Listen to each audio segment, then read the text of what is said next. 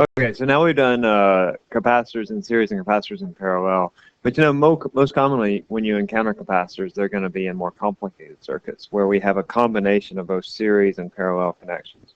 So we apply the same rules as we did before. Let's just sort of recap those rules. You should already have these, but for caps in series and caps in parallel, we have sets of rules. We'll do the parallel first since we did those first. Caps in parallel have the same voltage because it's like they're all independently hooked up to the same battery. 2, for caps in parallel, the equivalent capacitance equals C1 plus C2 plus C3 plus however many capacitors you have in parallel. And then, see, finally, we had Q equals CV, and that's just based on the definition of capacitance. For capacitors in series, I think we have 4 rules. Let's see, they have the same charge. Because remember, we have that induced charge, and so that charge is induced on all of the individual capacitors. The second is the equivalent capacitance. Remember, it's this funky 1 over the sum of the inverses, 1 over C1 plus 1 over C2. You need to make sure that you can do this in your calculator. Those sums of the inverses are a brush up on your fractions if it may be necessary. 3, we have Q equals CV. And then 4, we had this rule regarding the voltages too, and that is that the total voltage across the capacitors in series is going to equal the sum V1 plus V2 plus V3 plus however many capacitors you have. So those are our rules, our sets of rules. So let's move on. First, we're going to find the equivalent capacitance of this circuit, and you'll find some old questions in the test that are similar to this, where I give you a circuit similar to this, and you want to find out what the equivalent capacitance is. Now, what you want to do here is take the smallest series or parallel component first.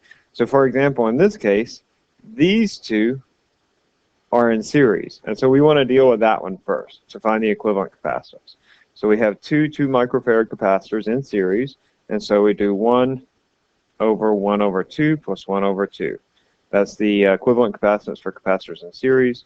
This is nice and easy. It's 1 over 1, so it's just 1 microfarad. All right, so I can replace these 2 capacitors with a 1 microfarad capacitor. And then the next set of capacitors that we want to deal with are these now 3 capacitors, the 1 microfarad, the 3 microfarad, and the 7 microfarad. And to find those, it's going to be 1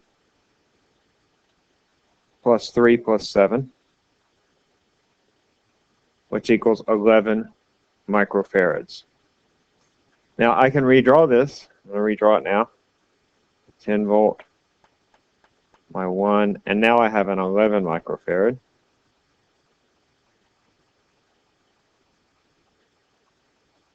And I want to know what is the equivalent capacitance of this. So these two are in series. Notice that if I follow along from one point, there are no breaks in the circuit.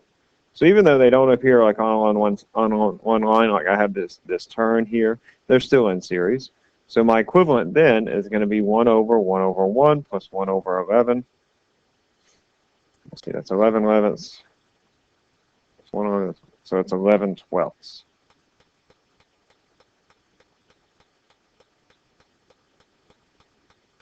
Yeah, 11 twelfths microfarads.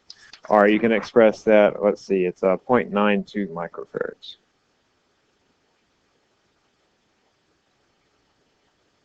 Okay, so that is the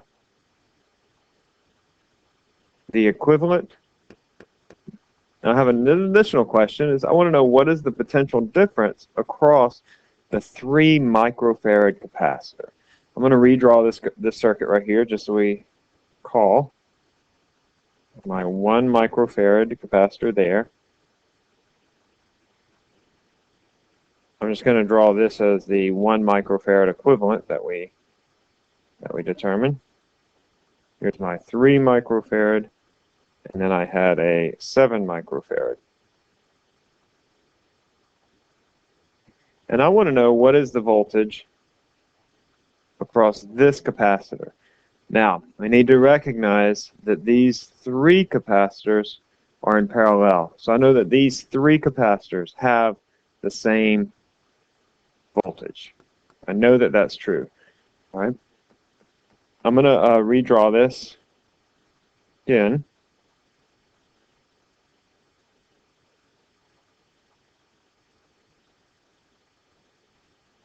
And this is my 1 microfarad, and this is my 7 plus 3 plus 1 equals 11 microfarads. All right, that was the equivalent capacitance that I found of those three capacitors in parallel. All right, so now I need to recognize that this voltage here is the same as the voltage on this capacitor. So if I can find the voltage on this 11 microfarad capacitor, then I can find the voltage on the 3 microfarad capacitor, because those are the same. Now, I also want to show here that these two capacitors, because they're in series, have the same charge. And that charge is the same as the equivalent charge. All right, so whatever charge is on this 0.92 microfarad capacitor with a 10-volt battery is also on these two capacitors over here. So this is pretty simple. Q is equal to CV. That's 0.92 microfarads times 10 volts are 9.2 microcoulombs. All right, so that is the charge on that 0.92 microfarad capacitor. That is also the charge on this capacitor, 9.2 microfarads, or excuse me, microcoulombs. That's the charge on that capacitor. Now, notice that I know over here the charge and the capacitance on this capacitor. So I can say V then is equal to Q over C. Anytime I find two of those quantities, I can figure out what the third is. So now I'm going to find the voltage on this capacitor, this 11 microfarad capacitor. That's going to be 9.2 microcoulombs divided by 11 microfarads. And let's see, that is going to be 0.84 volts. All right, 0.84 volts. So that means I have 0.84 volts here. But remember, all these voltages on these three capacitors here were the same as the voltage on that capacitor. So if I have 0.84 volts there, I also have 0.84 volts here. So the answer to my question then is 0.84 volts. That's a good test question, and there are lots of steps that have to be that are involved in answering that test question. Fortunately, there are a lot of different circuits that you can practice on in the old test and what have you, also in the homework. So really recommend that you practice with these. It takes practice because you have to be able to look at it and just spatially understand the organization of the capacitors, and then also be able to apply those 7 different rules, the 4 rules for the capacitors in in series, and then there's 3 rules for capacitors in parallel. Okay, you can try this quick test. Here you're just finding the equivalent capacitance of this circuit. Remember, you're going to start with the smallest part first, and that's going to be this part, so you'll combine those, and then combine those with these, and then combine the whole thing. So I'll leave that for you to do on your own. And we will pause here and pick up with a new example next.